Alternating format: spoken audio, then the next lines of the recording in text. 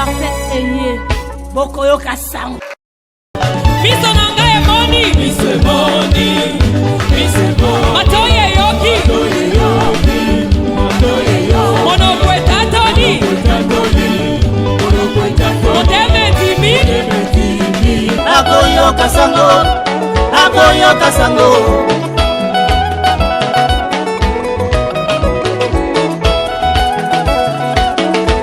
Lingoma la nzambe bokongola matoyi boyoka sango malamu esi ebelemi na bandako na bino motinda mina nzambe ya solo asi ya ye délivrance totale et parfaite eye bokoyoka sango.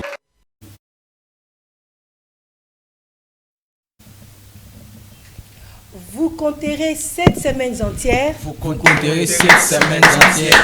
Vous compterez 50 jours. Vous compterez 50 jours. C'est la fête de la moisson. C'est la fête de la moisson. Lévitique 23, 15 à 16. Et le Biboye que vous compterez 7 semaines entières. Yes. Vous compterez 50 jours. 50 C'est la fête de la moisson célébrée à l'honneur de l'Éternel. Nazanga mokote na plateau ya nteke na kolo na pesi bino banso bozali kolanda biso en direct to pesi bino mbote esika nyonso ezwami bino to pesi bino mbote. Nazanga mokote na plateau naza toujours na équipe choc ya plateau spécial 50 jours il y a jeûne et prière, il y a fête de la moisson. Tozali na pasteur Josué na pesi mbote. Mbote mama Sophia mbote na bala nyonso ya magazine nteke na kolo mbote na ngamaza monene Mosakoli Emmanuel Dodi. Merci beaucoup, pasteur Josué. Tozali na frère Ben Otopesi Mbote. Mbote Mama Sophia, mbote na bandimi nyonso pe balandi nyonso ya magazine Tekena Kolo, et mbote na nganga monene le prophète messager Emmanuel Dodi. Merci beaucoup, frère Ben. Tozali na frère Joël Kivila Topesi Mbote. Mbote Mama Sophia, mbote bandeko nyonso ba franchi peuple de Dieu par Pesika Bozali, mbote Atata na biso le prophète messager Emmanuel Dodi. Mbote frère Joël Kivila, mbote frère Coco. Oui, mbote Mama Sophia et merci pour l'invitation sous na plateau na bino. Topesipe mbote na balandi nyonso bazo na biso na RTVL et surtout à celui qu'on appelle les porteurs du message, les prophètes messagers Emmanuel Dodi. Tozali koleka na ba télévision, tozali komona ba sport ezali koleka. Ba sport ezaka ko se multiplier pour 50 jours et c'est bandaki depuis le 28 mai. Toza ko continuer parce que Bible lobi que vous compterez 7 semaines. Tozaki na première semaine elekaki, toleki na deuxième semaine, lelo tozo banda na troisième semaine. Mais tosengi na réalisateur na biso sport ati la biso sport moko sima tozongi na plateau à vous sport. Vous compterez 7 semaines entières, vous compterez 50 jours. C'est la fête de la moisson. Lévitique 23, 15 à 16. L'Église universelle pentecôtiste et charismatique, ministère des affranchis, sous la direction du guide spirituel et prophète messager Emmanuel Dodi, vous invite à prendre part à cette grande fête de la moisson qui a déjà commencé depuis le 28 mai 2026 et se poursuivra jusqu'au 16 juillet de 15h à 18h30 chez Aqua Splash à 14e rue Kingabwa Limité. Venez vivre de moments de prière, venez vivre de moments d'enseignement, venez vivre de moments de délivrance et de bénédiction dans la présence de Dieu le Père. Ne manquez pas cette bénédiction. La moisson est déjà en cours et nous commençons déjà à récolter le fruit de la promesse de Dieu. Venez moissonner avec le ministère des affranchis.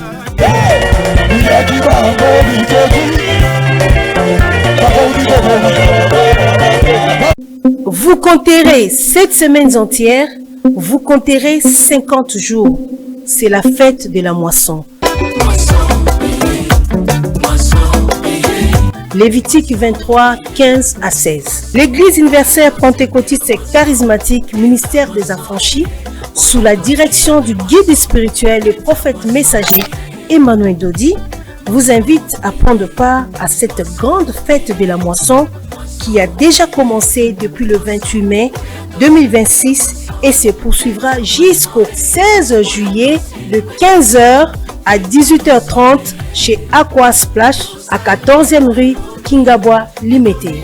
Venez vivre de moments de prière, venez vivre de moments d'enseignement, venez vivre de moments de délivrance et de bénédiction dans la présence de Dieu le Père. Ne manquez pas cette bénédiction. La moisson est déjà en cours et nous commençons déjà à récolter le fruit de la promesse de Dieu. Venez moissonner avec le ministère des Affranchis.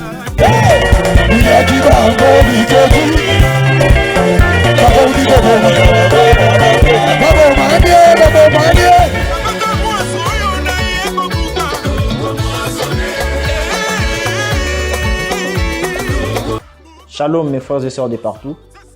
Nous voici venus devant vous pour une grande manifestation, une grande fête qui se passe ici à l'Église universelle pentecôtiste charismatique. Effectivement, c'est une fête qui invite tous les jeunes, toute la communauté d'abord chrétienne, même si on peut aussi considérer les païens parce que nous sommes tous des enfants des dieux au départ. Et cette fête a pour mission d'abord de faire le constat dans la vie de chaque personne, comme la première semaine ici à l'Église pentecôtiste charismatique, c'est d'abord la semaine de la résurrection, le retour à la vie. Et là, je vois dans les vies de chaque jeune, de chaque personne qui ont eu à faire des études, mais qui n'ont pas de travail, toutes ces personnes qui sont aussi malades, toutes ces personnes qui sont aussi dans la précarité, eh bien, la moisson, autrement les 50 jours, est un cadre spécial qui apportera des solutions. Un cadre très idéal pour amener les jeunes qui sont dans la souffrance, des maladies, et durant 50 jours et 7 semaines. Chaque semaine a sa particularité, comme l'a dit mon frère. Aujourd'hui, cette semaine, nous sommes pendant la semaine de la résurrection. Il y a la semaine de la guérison qui viendra. Toi qui es malade, toi qui as des problèmes, qui n'as pas de solution, je t'invite, toi jeune, tout comme moi, nous sommes des jeunes, dans les Seigneurs. C'est dans les Seigneurs qu'il y a la paix, c'est dans les Seigneurs qu'il y a les solutions de toutes choses. C'est dans les Seigneurs où nous trouvons la joie abondante, la joie véritable. Exactement, la joie véritable. Ici, le constat est simple. Vous venez avec votre problème et Dieu le résout. Faites confiance à Dieu, payez la foi et la confiance en Dieu. Faites revivre votre foi en Dieu. Pendant cette fête de la moisson, les 50 jours, fêtés et célébrés par l'Église universelle pentecôtiste charismatique, venez et vivez la main de l'Éternel. Nous vous invitons à prendre part avec nous dans cette grande fête que nous clôturerons le 16 juillet 2026. Nous vous invitons vraiment à venir prendre part avec nous. Jeunes comme moi, vous aussi vous êtes jeunes, la jeunesse n'est pas synonyme de ce que nous voyons aujourd'hui. Merci beaucoup notre réalisateur Pius Smart, pasteur Josué Kakima. Maman Sophia. Touti Kosilisa Lobby, deuxième semaine. Oui, qui semaine à Nice, on rappelé les téléspectateurs Bazolanda Bisso. Tu aussi sa deuxième semaine, il y a semaine il y a guérison. Ok. Oyo ezui en soi 4 sortes de maladies où vous allez entourer vie à mutu. Tous en maladie à liboso, maladie du cœur. Où vous allez maladie de l'âme parce qu'on a pensé en Zambé quand il parle du cœur, il veut parler de l'âme. Il y a moins plus dangereuse que les maladies nyoso. Okay. Deuxième sorte, on a maladie de l'esprit. Troisième sorte, maladie du corps, au batebele bayebi. Et puis quatrième sorte, maladie à vie, P et bela. Maladie, maladie du cœur, maladie à motema. Oui, maladie à motema. Pas cardiaque. Maladie à motema, besoin cardiopathie. Maladie à motema, cardiopathie, c'est que tu as compte en maladie du corps. Parce que dans la pensée de Dieu, lorsque Azorobela Motema, Azorobela âme, parce que Moussa a révélé que l'âme habite dans le sang du cœur. Zomona, Nekuna, Azorobela maladie à Motema. Et na que la fête à moisson, tu comprends que maladie à Motema est plus dangereuse que les maladies. Soit on veut parler de maladie de l'âme. Et tu vois que quatrième sorte de maladie, c'est maladie à vie. Maladie à vie, maladie et belaka. Vie et belaka. Mais ok, moi mbangu pasteur Josué Kakima. Oui. Olobi maladie, il y a âme. Oui. Âme nalinga les anini, âme nalinga. Molema, molimo, molema. Molema. Molema. Ok, d'accord. Siko, est-ce que molema, exact, comment vous allez na kati na maladie? Oui, bah, kasi maladie à koleka mabe makasi, c'est maladie à molema. Parce que yangonde ko empêcher mutu akota bokonza likolo. Zomona maladie so permettre biso to kota tam to exemple moké maladie molema maladie molema to exemple ya zoua. Oh, est-ce que vous avez dit que Kayan bon match belle pour na zoua? Il y a un peu comme maladie. Mais ça maladie. Et ça maladie. Sur autant qu'il n'a pas si verset dans Matthieu chapitre 15 verset 19. OK. Quand sur le but c'est du cœur que viennent les mauvaises pensées, les impudicités, les idolâtres, les vols. Donc cœur on colle sur le bilan, mais ça cœur appareil n'habité circulatoire. Et ça cœur en tant que âme parce que l'âme habite dans le sang du cœur. Ne kuna soki mutu habite. Voilà pourquoi nous sommes mituna. Est-ce que guérison ezaka pana bango? Soki mutu a célébrer moisson té, maladie a monté moi ko bika yango té et par conséquent ko taper l'eau la té. Oh, faut je la bi jamais. Jamais. Soki mutu biki na maladie a monté maté. Ko ta l'eau la té. Malamu kutezali ozala guéri na maladie a motema mais okufa na maladie ya nzoto. Parce que motema no biki, motema no eza guéri. Maman, est-ce que ozomona que apôtre Paul allait qui pamba? Apôtre Paul parce que a comprendre ki makambo oyo, voilà pourquoi apôtre Paul alobaki boyi. Mabe o nazobo ya kosala, yango nde nazosala. Malamu nazolinga na sala, nazoko kosala ngote. Alobi misérable que je suis, qui me délivrera na maladie oyo. Voilà pourquoi Nzamba yokela ki mawa parce que alingaki Paul akangola ki na oyo pesa maladie ya motema. Voilà pourquoi deuxième semaine musala yangwana esalemaki kolekela archange oto bengi Raphaël et puis place wana mama Sophia toloba mwa muke différence ezali entre Raphaël na Rafa. Eza momoko te boko sabiso. Te boko sabiso. Eza momoko Rafa. Ezali que si babenga ngoni o ekataka muke roba Raphaël to betika Rafa. A travailler na diminutif te. Ah bon? Oui.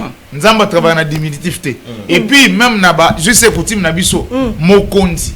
Hein? Mobali nanda ba pesa kelo kwa ndambu te. C'est what to yebi. De la même manière Raphaël na Rafa ba keseni. Raphaël na Rafa. Ezali abréviation te. Abréviation te à Raphaël. Eza batumi balé ba keseni.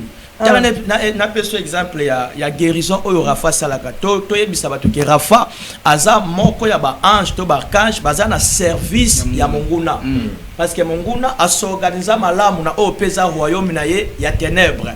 Alors guérison na yeza la comment okoya boye obeli mutu yoko kaniso biki azuka ka maladie wana mutu alongoli akeko bombelo yango peut-être na loboko peut-être na makila peut-être na lokolo talatina bien aimé avec l'archange Raphaël oyo abanayi ko présider na deuxième semaine tango alongoli maladie définitivement et complètement mutu aza guéri. Mutu aza guéri. Aza guéri. Mutu aza guéri. Guéri totalement parfaitement. Maman Sophia. En tout cas, les téléspectateurs, bozo kamakambo Rafa na Raphaël, frère Coco.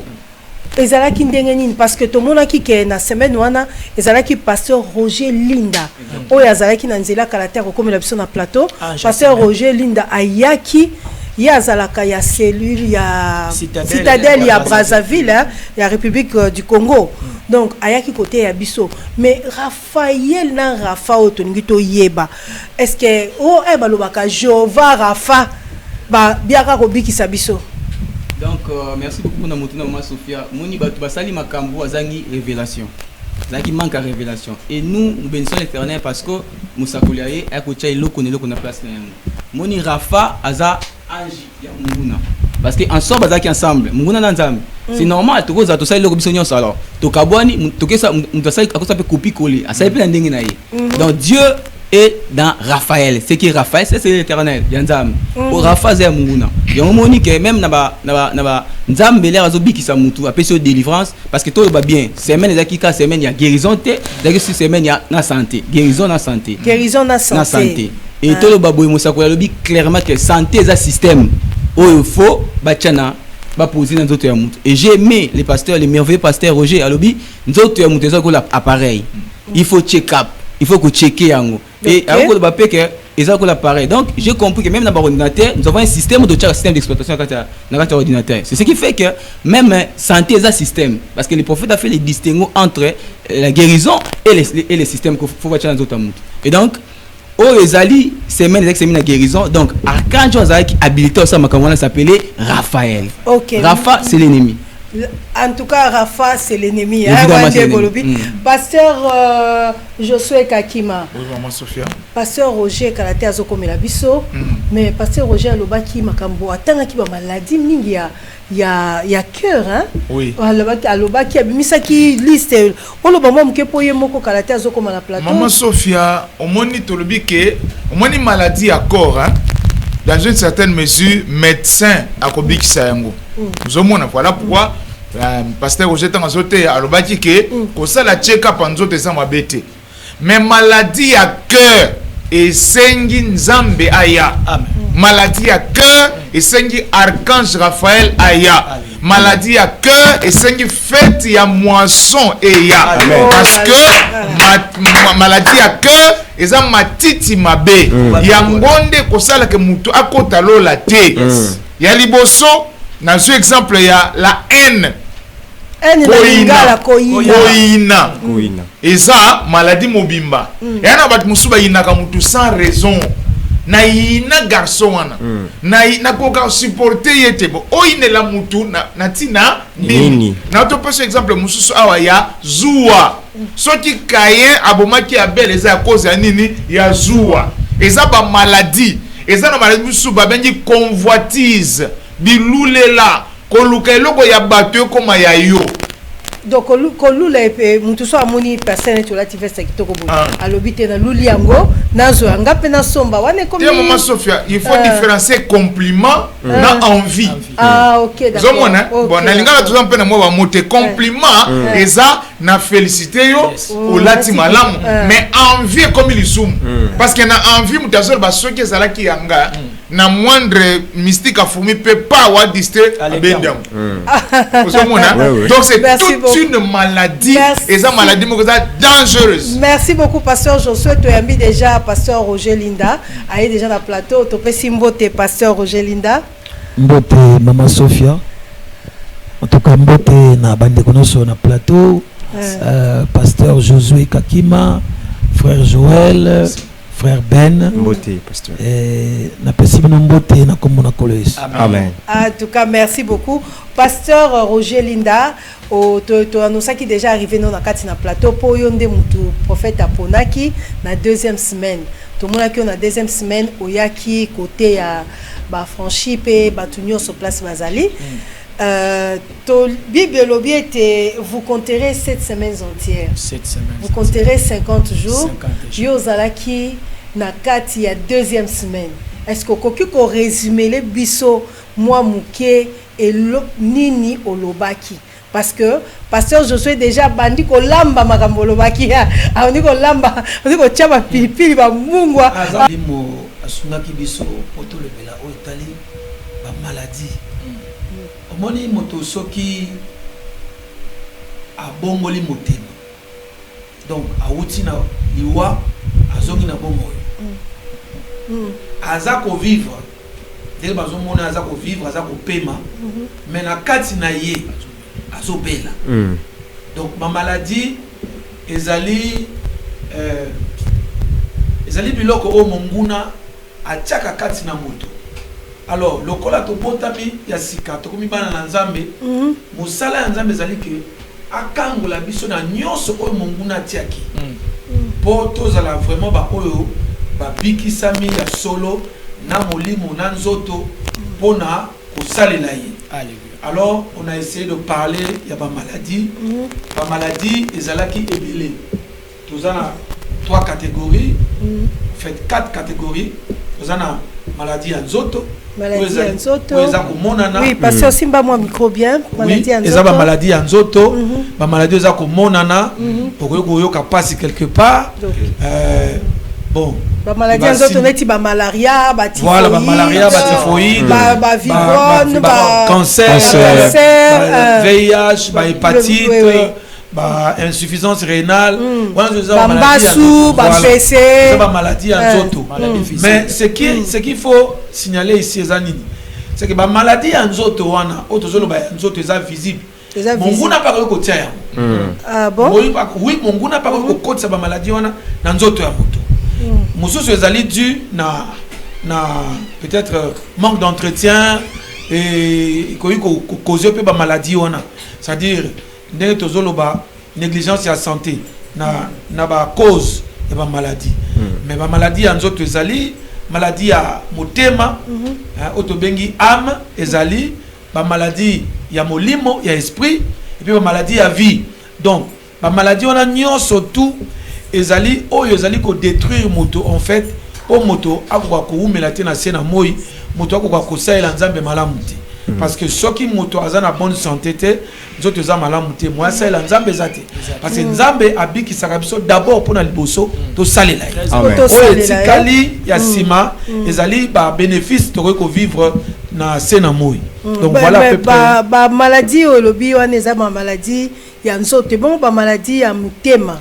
Ba maladie ya mutema même pasteur Joshua lobi wana ba oui ba maladie ya mutema tant que la mutema eza mutema musunité eza âme na biso âme evandikati na makila et ba maladie ya mutema ezali ba maladie ezali invisible mais eza ko se manifester na ba comportement parce que maladie o ezo mona na te pour balobi que c'est de l'abondance du cœur que la bouche parle et Bible ezo bana biso que na mokanda ya Proverbe 4 verset 23 garde ton cœur plus que toute autre chose car c'est de là que proviennent les sources de la vie. Amen. Ça veut dire que motopo a vivre malamu il faut d'abord motema na ye ebika. Amen. Ce qui motema ebiki komona que même nzoto na yo et ko répondre et alors la moto soka za na esengo esengo zaka intérieur mais se manifeste que zo eza refléter na elongi na yo moto zo mona elongi ah otuni mais pourquoi tu es joyeux comme ça et pourtant azo ressenti yango na kati na ye mais ça ko se refléter na elongi c'est comme ba maladie à motema maladie à motema eza na kati mais est-ce que il ko se manifester même na elongi na yo au moins moto azaka moto ya kanda la colère c'est une maladie intérieure mais au moins que elongi na ye pe komi bizarre c'est-à-dire parce que bato nyoso basilika kabaza ma maladie voilà au moins il y a comme ba ride bazobela oui bato basilika papa colère est naturel non colère est naturel Bible pekisa Bible que d'où viennent les colères d'où viennent les querelles d'où viennent les animosités et ça va maladie ozomona nzambe aza miséricordieux Dieu n'est pas un Dieu colérique non ozomona bakosa biso nzambe azana kanda nzambe frappaka Dieu ne tue pas Dieu n'est pas un Dieu de colère Bible dit que notre Dieu est bon. Il est lent à la colère, il est riche en bonté, il est miséricordieux. Ce que muta miséricorde vous a muta kanda ndenge. Vraiment. Ozomona. Donc muta miséricorde face à muta sekaraire nyo sazo sekate mais azali légèreté ko sekaya faiblesse té. Azali moto il faut azala mutema malamu. C'est-à-dire pour lui il peut même se sacrifier lui-même au profit de son prochain. C'est-à-dire à préférer akoyo ke sengo asala mutubolam. Yemo kwa la lanzala mais prochain aye alia. Donc ba maladie on eza ba maladie moko eza ba maladie moko très dangereuse. Oyebi ce qui mutako ko maîtriser motema na été. Akoma dangereux pour na mususu. Et puis ba émotion o ezali mal gérée et comme ba prison invisible parce que mutu oyo azali tout temps na haine. Na lingaka yete na niko mona yete hein donc ata ba sali bolamu a kondimate ata mutu na sali pelo côté bava na kaka balabala moko toujours comme exemple ba pango ya ba cour commune ouais bato bazake belé na voilà yobi makada na tongo ozonga kana pokwa bonjour au koti ye akosepela te pona ye azo kanisa ke tant mususu yo oza komi la kisa donc tu vois ako générer haine moko viscérale contre yo alors que bozata na problème moko te et là il va commencer à te mettre mal à l'aise et tant que tu es mal à l'aise ça va te déranger mentalement et ce qu'on commis déranger mentalement facilement pour ko bela. Pasteur Roger nalanda ki olobaki ke complexe il y a infériorité pe na supériorité wana ye la rabatute na égalité maladie ndenge ezali maladie ndenge ni eza maladie moko munene complexe eza maladie oyo batu ebele lelo na sena moyi ils n'arrivent pas à s'exprimer, ils n'arrivent pas à étaler tout leur savoir, tout leur talent à cause des complexes. Tous ont complexe à liboso, complexe de supériorité. Na complexe de supériorité ezali moto aza ko kanisa ke ye azali kolo ya bato nyonso. Mais on est un avantage parce que zo la kisaye. Non. Tu peux ba téléspectateur bazolanda biso ba téléspectateur bazolanda biso mutu azoye baki abiki anatanga abiki nazama yele ayebiki una salaka eza yango wana. Est-ce que soki alakisi bino ke oye ayebi eza yango wana est-ce que ça complexe ya supériorité? Non, mais quand peu ko tchamo munga place. Oui. Bible lobby que l'humilité vous fasse regarder les autres comme étant au-dessus de vous. Voilà. Vous avez déjà. Parce que place aux autres ça oyebi et un muso dessus. Ah oui. Voilà. Et puis complexe à supériorité ko zangi so bilo mususu. Exactement. Vous avez parce que aux autres ça que yo yebi nyonso.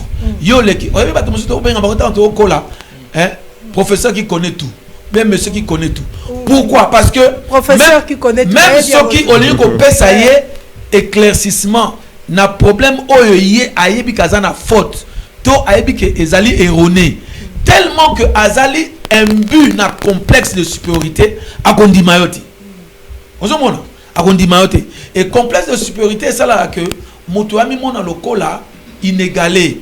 Bakoyo ko na été moto ko le kayete nyoso yaye eza supérieur nyoso eza kitoko nyoso eza malam eza maladie. C'est une maladie grave parce que eza maladie oyo eko ko zangisa yo biloko ebele. Tu vois, tu peux arriver quelque part na soit na musala quelque part connaissance na yo bomba yango c'est là le moment opportun où étaler yango. Mais dès que tu arrives quelque part tu veux faire voir aux gens que non toi tu connais. Tu vois. Alors que batomusu bazana peta musu ba yebi ko le kayo mais ba melami na bango. Tu vois. Pasteur Roger Linda toza la télévision bato barata ki pasteur Roger Linda kende na Emmanuel Dodi TV Olanda pour moya te anyoso awa ezate. Ben lobi to mona ki ezaki clôture ya 3e semaine yemoko musakoli.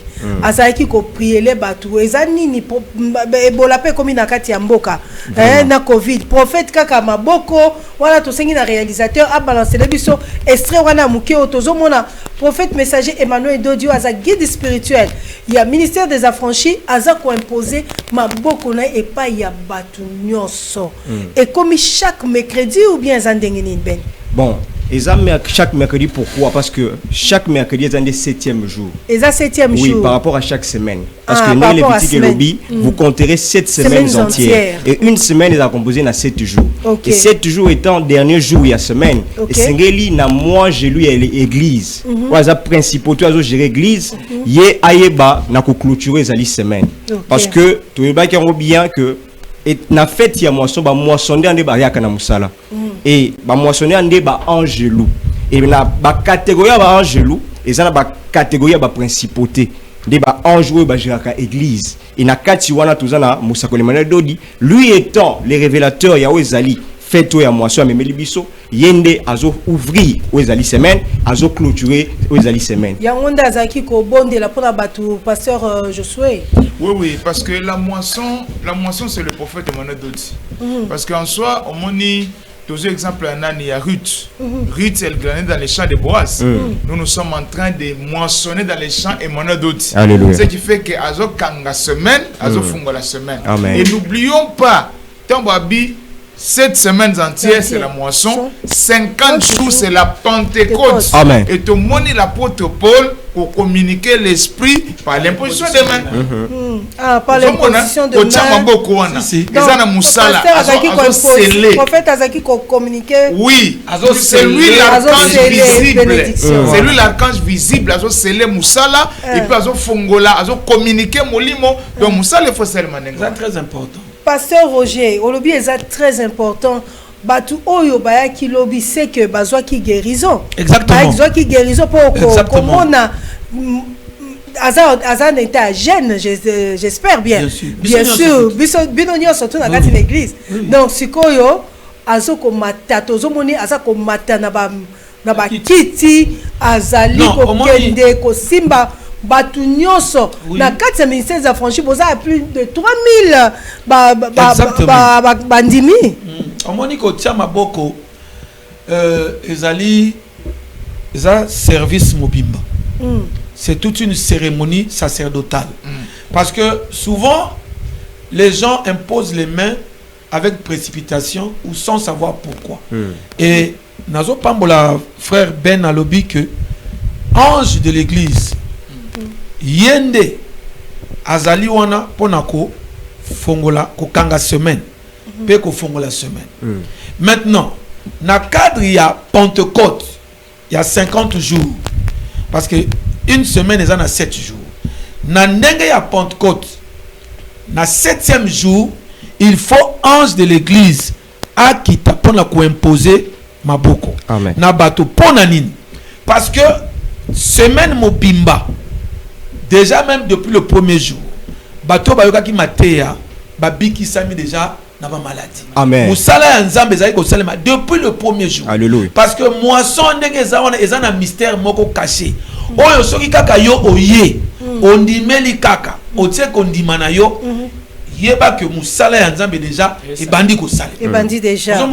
Et na tango wana ya koya na 7e jour na fin de semaine. Donc na 7e na sabbat pour na ko clôturer. Et tant azoya ko clôturer aye ko sceller bénédiction nyonso oyo bato babandaki kozwa depuis premier jour ya semaine.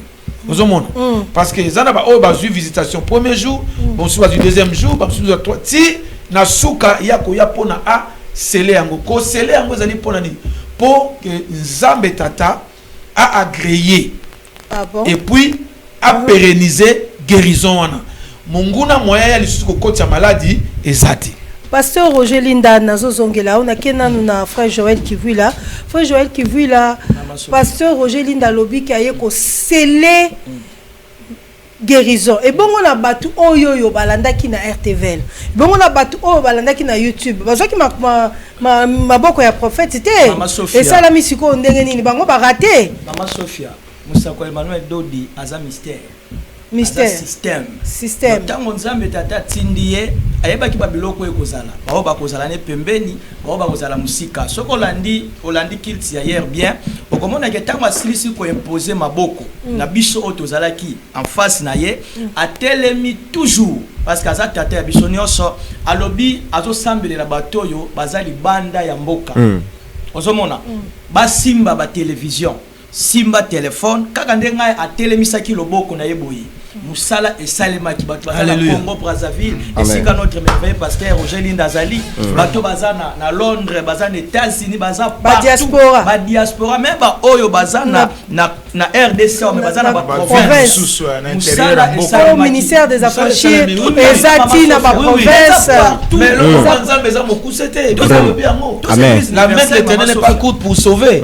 Le fait que Azali Moto Azali atindami Azali apakola ni pona musala wana lo tango ko tombola kazo tombola loboko et sili oyo azana connexion na ye abiki abiki Mama Sophie ezalaki 14e jour. 14e jour. Parce que Bible lobby vous compterez 7 semaines entières. Tout est aussi sa deuxième semaine. Mais ezalaki 14e jour. 14e jour donc to clôturer. Bato ba yete la deuxième semaine c'est que va guérir te. Non. Ah, ouais, tu sais que parce que bazola ba ba yete ba yo ki ka lelo. Ba olanda biso ka siko yo place baza. C'est que ba ko bikate. Non, problème ezalini. Permettre que ngana répondre côté wana. Omoni lipamboli ya Nzambe esuka kate. D'accord? Lipamboli ya Nzambe esuka kate. Nani Pierre alobaki na bato oyo bayokaki. Alors que la promesse est pour vous et pour vos enfants et pour tous ceux qui sont au loin. Amen. C'est-à-dire promesse ya lobiko ezalika pona biso tout ça présenté. Eza pona batu nyonso oyo bandimeli. Soki kaka yo ozali boso à télévision na RTV oyoki maloba, oyoki mateya. motema na yo eza convaincu, c'est-à-dire kondima et botami kati parce que la foi vient de ce qu'on entend. Amen. Tango koyoka liloba kondime botami mbala moko musala nzambe ibandi kosala. Amen. Et ye wana peninga za atazaki mutu alelo kaka. Ayoka mutu alelo kaka. Il suffit ka kondime fanda kati na ye musala salemi.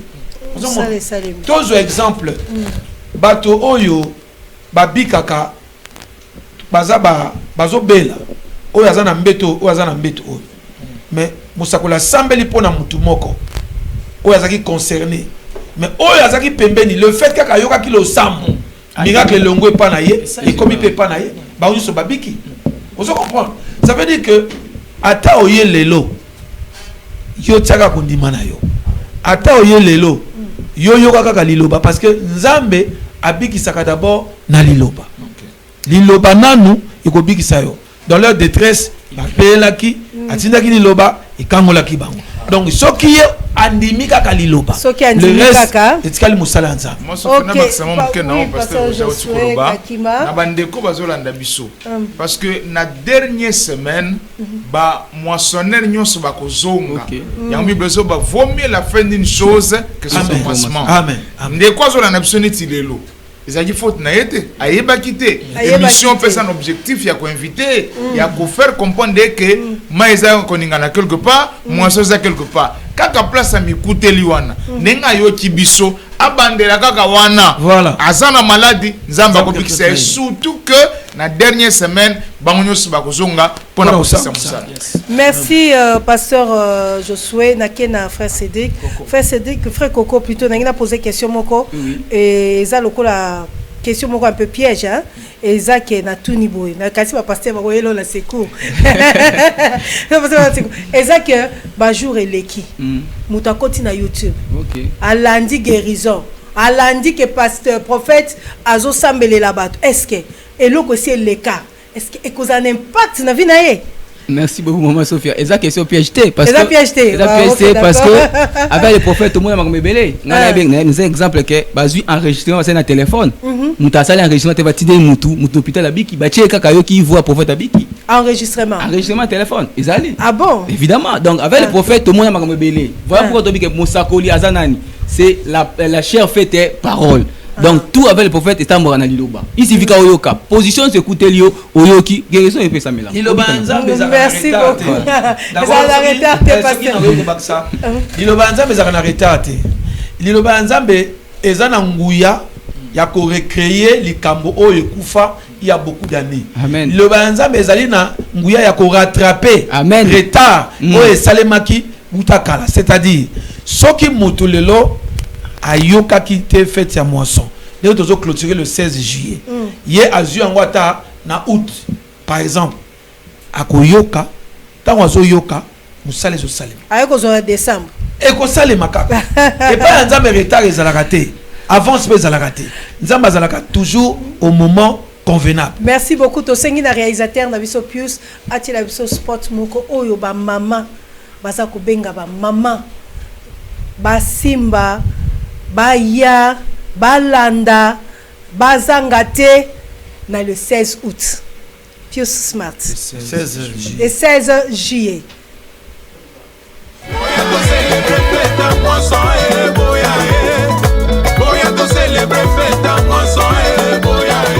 ba mama ya Congo boya ba mama Kinshasa boya boya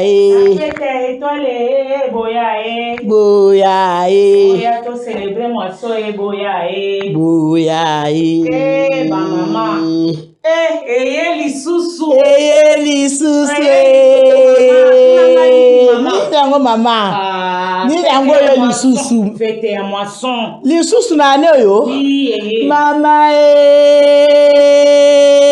moisson lisusu mama na makambo nango ya kitoko mama tosto bandaki déjà ese bandaki to bandaki déjà OK awa tozo acheminer nango ti tokende kosisa yango na aqua splash le 16 oui le 16 le 16 to bengi bino yango tozo c'était le 16 juillet le 16 juillet ko benga yo benga pe ba mususu mama nanga kovanda na kati ndako te yo mama yo lobi eloko moko ezotambola te yo lobi yo zangi kimia ndeko na ngai ya mwasi ndeko na ngai ya mobali elenge mwasi elenge mobali kovanda na kati ya ndako na bino te le 16 juillet na akwa yaka kuna okokutana na mofukululu ya nzambe akolobelo liloba pe okomona changement na kati ya vie na yo yo lobi ke maladie yo eza maladie ya famille na biso mama kovanda na ndako te na bengi yo yaka le 16 na 14e rue na akwa ebisika biso bino bozwami boya pona moisson okobuka o ezali posa ya motema na yo soki obelaka okobuka guérison nini lisusu mama moisson ya turo eza bien makasi mama ngana yebi ke moisson efutaka oya cash moisson ezali ya turo yo ya lola bénédiction parce que yo zabilanga ngana zabilanga biso nyonso mboka Kongo zabilanga alléluia mboka Kongo nde bilanga mama bénédiction oya lola na ya mabele mama yaka kobuka mama José nakende koluka nde échelle pona mata nakende kobuka bénédiction ya lola te mama sondimeli mama molimo na nzambe azala kati na yo ya solo ya lola mama tozotambola nga na yo toza bakofi ya kotambola ya solo esengeli lobiko yo talola ekitela yo lobiko. Vous compterez 7 semaines entières. Vous compterez 7 semaines entières. Vous compterez 50 jours. Vous compterez 50 jours. C'est la fête de la moisson. C'est la fête de la moisson. Le lot aux Ali, 15e jour, début à 3e semaine. Pasteur Josué Kakima, 3e semaine, Ezayanin. Maman Sophia, makambo eza lundi mingi. Moni tokodi 3e semaine, toi na 15e jour. 3e semaine, c'est la semaine de puissance. Puissance. Il y a semaine de pouvoir. Il y a semaine d'autorité. Il y a semaine de force. Il y a semaine de foi. Amen. Il y a semaine de message. Alléluia. Il y a semaine de la vraie spiritualité. Alléluia. Parce que la fausse spiritualité, il y a une moisson de makam. Moisson de makam. Pasteur Roger, moisson de makam. Moisson de makam, vraiment. Puissance. Autorité spirituelle, force, nini on est comme un mystique. Pasteur Roger comme un mystique. Non, c'est un mystique. Mais Dieu est mystique. La puissance, la force, la vraie spiritualité. Nzambaza mystique. On dit ce qui Nzambaza sous mystique, Azal sous Nzambete. Nzambaza mystique, voilà pourquoi. Et dans le passage dans la Bible, c'est un Dieu qui se révèle à qui il veut. Alors, Nzambe Azam mystique, voilà pourquoi tout le monde a makambo, il y a mystique. Puissance, Nzambe n'a pas puissant. Tu vois, Nzambe a puissant, Nzambe a autorité, Nzambe a pouvoir. Nzambe, d'abord, bon Nzambe, quand on parle de bon Nzambe, c'est la spiritualité. Donc, spiritualité, bon Nzambe, la divinité, évangélique kanaïe. Donc, le kola tout ça kota, lelo na 3e semaine, Nzambe asi azongi si batuna bomo na première semaine. Abiki si batuna malade. Vraiment. Siko il faut appeler ça bango nguya. Siko soko ozana nguya te. Elenga bon Nzambe za nguya. Yango to mona batango prophète messager mané de telemaka. Alobi c'est fait. Ngouye se manifeste. Parce que les loyaux, on peut tout dire, mais Ngouya ya Nzambe ezali susute na mangomba. Pasteur Atuazolandao. Ba pasteur ya théologie bazolandao. Ngouya ya Nzambe non. L'église catholique bazolandao. Ngouya ya Nzambe ezali susute. L'église de réveil bazolandao. Ngouya ya Nzambe ezate. Ngouya ya Nzambe ezali susute na mangomba. Pourquoi? Parce que l'autre monde a mirage, miracle. Bricolé. Il y a bien la lingala makiona. Ba miracle, il y a bricolage. Tout monde a matéa ya kobamba. Hein? Matéa ya kobamba, oui. Matéa ezanga révélation. Vous comprenez? Yango tozolo ba que batu oyo atozali pasteur, oza évangéliste, ozali prophète. Yaka na 3e semaine oyo. Pour comprendre c'est quoi la puissance de Dieu, c'est quoi l'autorité de Dieu. C'est quoi la spiritualité? Tu vois? parce que au moment où Moutakoyao, nous avons la prière d'autorité. Prière d'autorité. C'est puissance.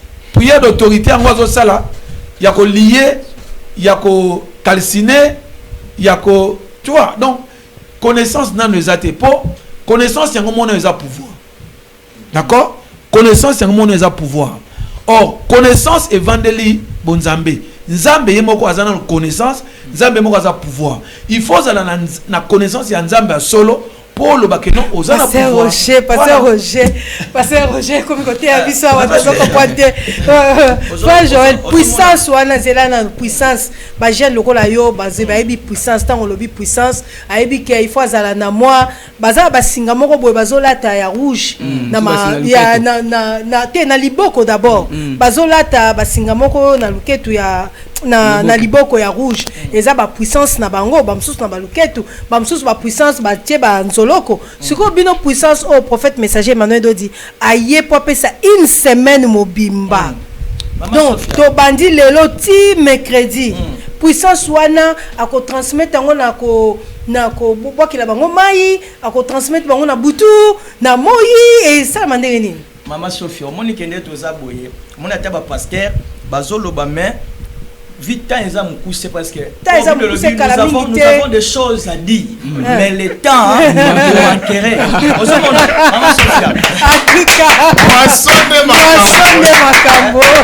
Maman Sophia toza na musakol Emmanuel Dodi aza professeur des professeurs moi ne to fandi boya soit toza tokoza la ba chef spirituel côté moko ba chef spirituel ba représentant légal ba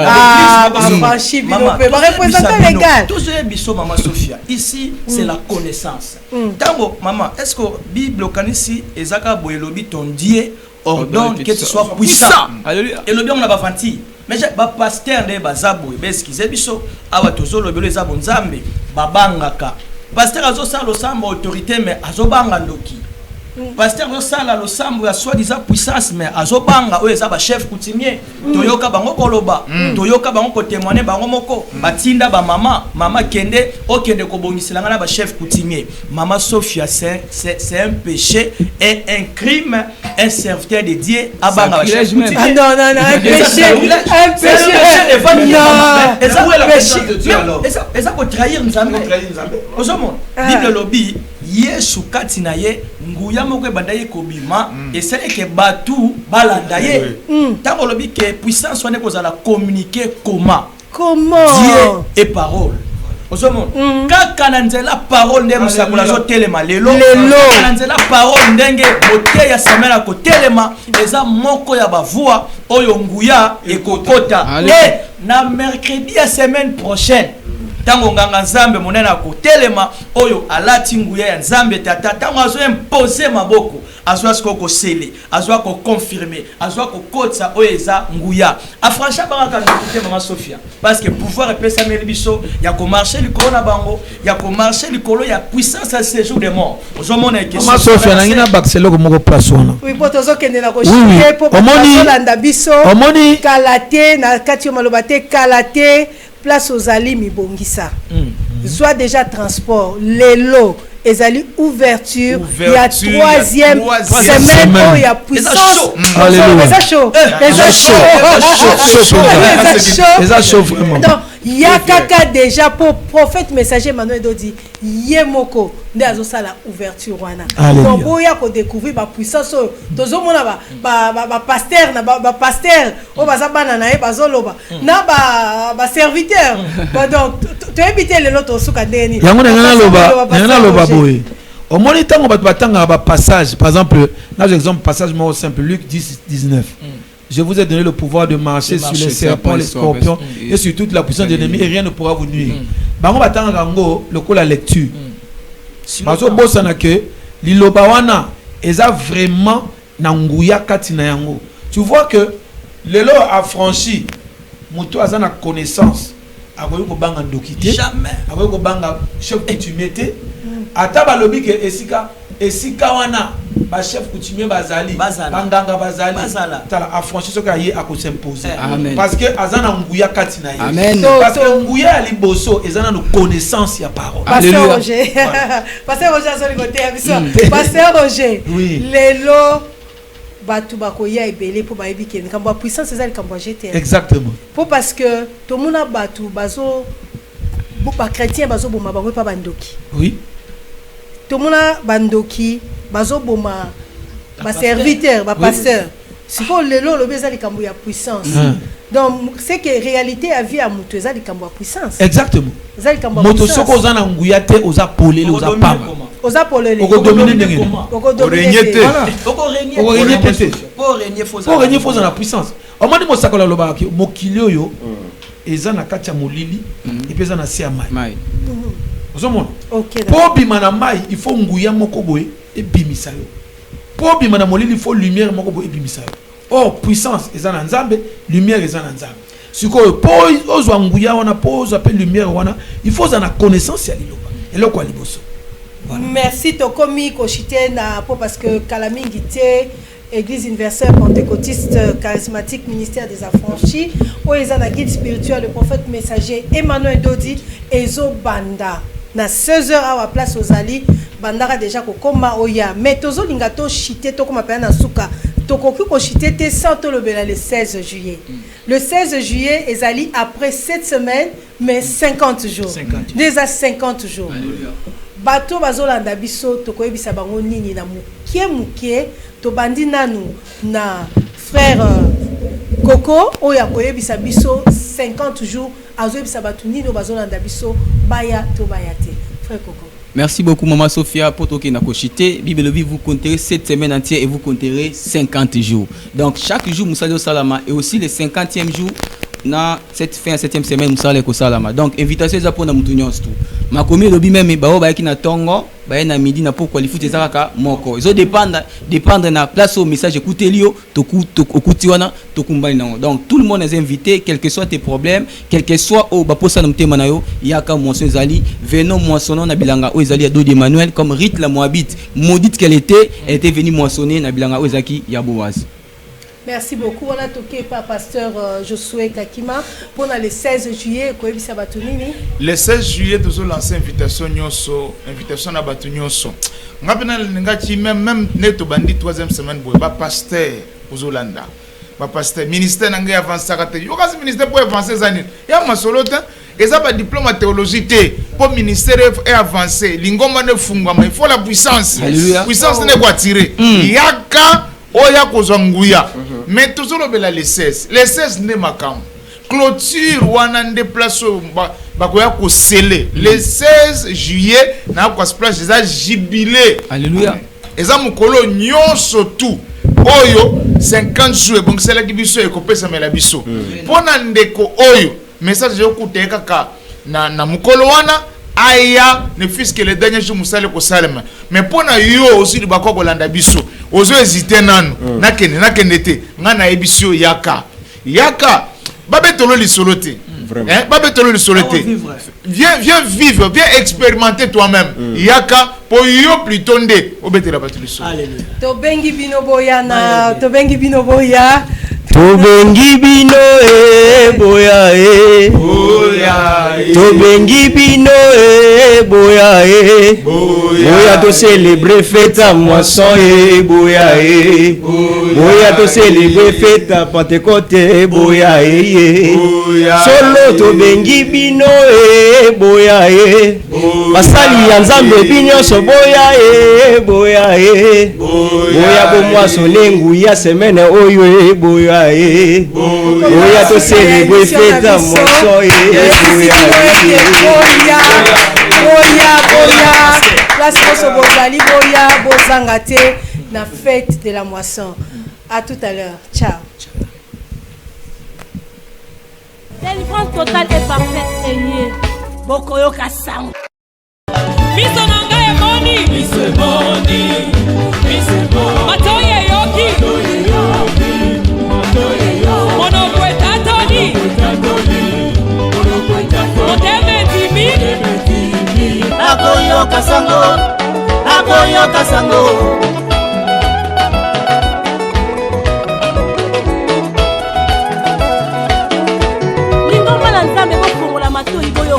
Sango malamu esi ebemi na bandako na bino motinda mina nzambe ya solo asi aye délivrance totale et parfaite est liée bokoyo